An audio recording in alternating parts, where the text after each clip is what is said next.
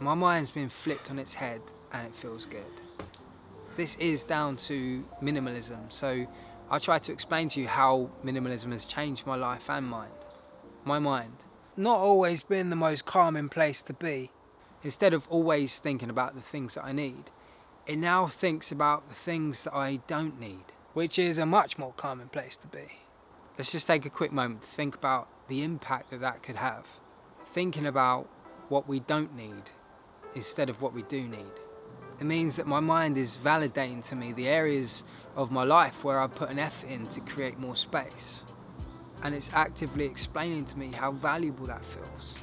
It feels like the busy hum of constantly planning what I might buy next is gone. It isn't the default format of thinking anymore. In fact, it isn't there at all. We haven't eaten for weeks.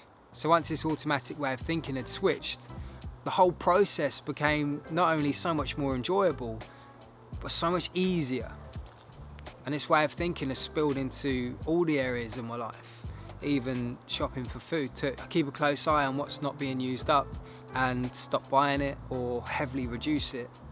And in looking at recipes, instead of buying every single thing that the recipe book mentions, I think about the things that I already have that could be substituted, or just don't add something. If you're going to buy it for one recipe and it takes up 6 squared centimetres of room in your cupboard, to me, that isn't worth buying.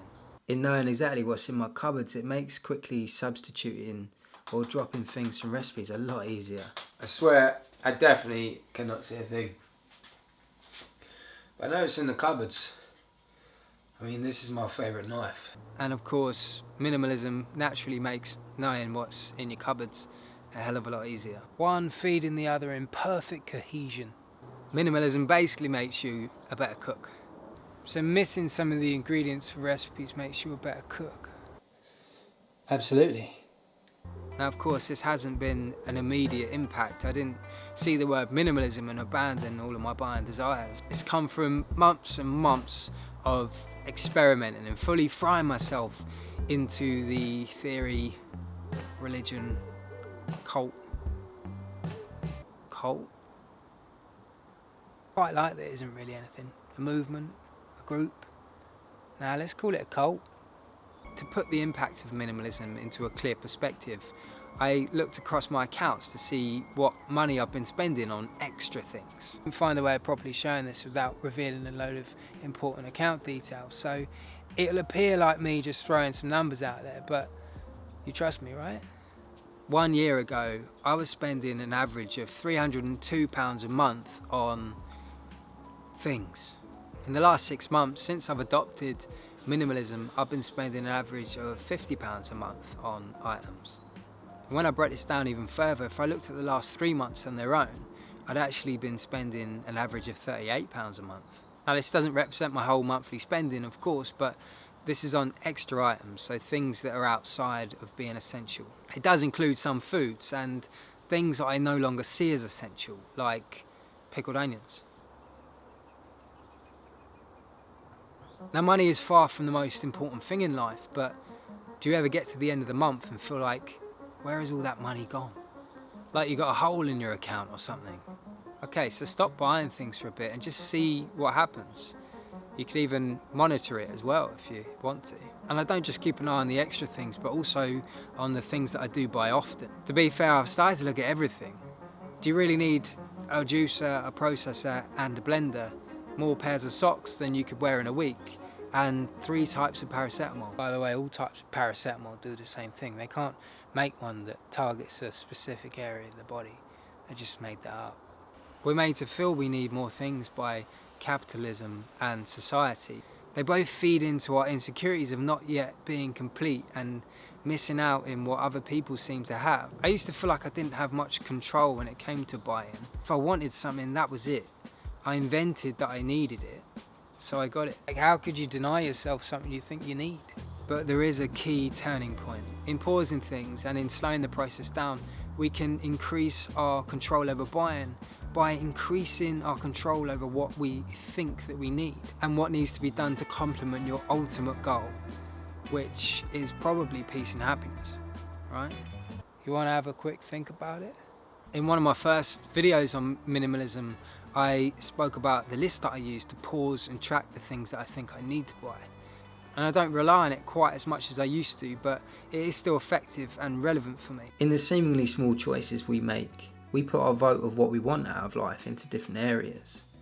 In making a buy, we increase immediate happiness, maybe, but we're likely to lower ultimate sustained well-being.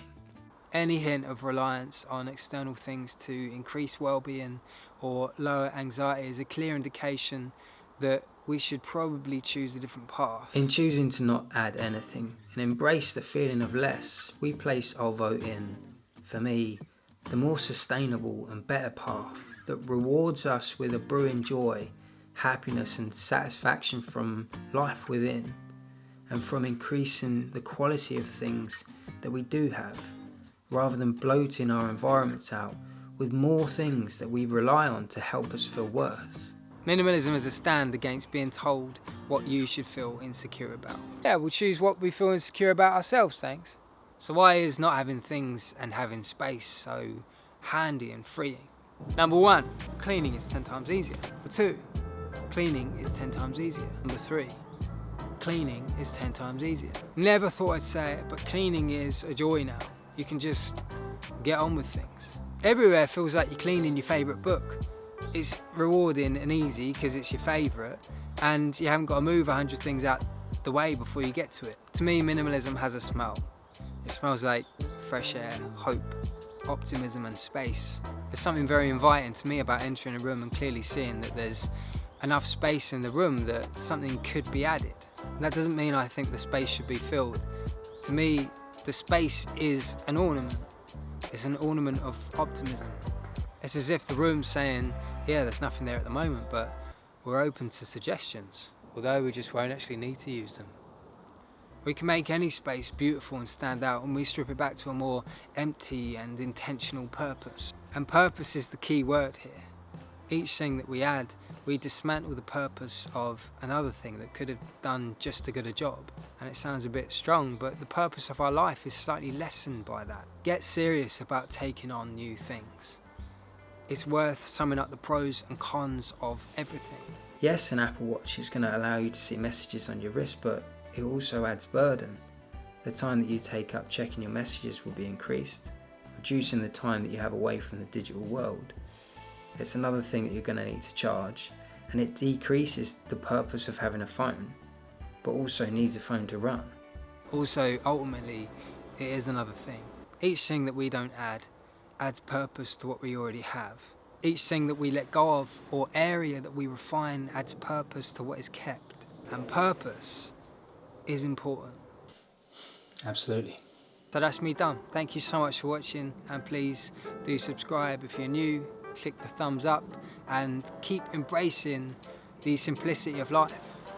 Take care. Bye bye.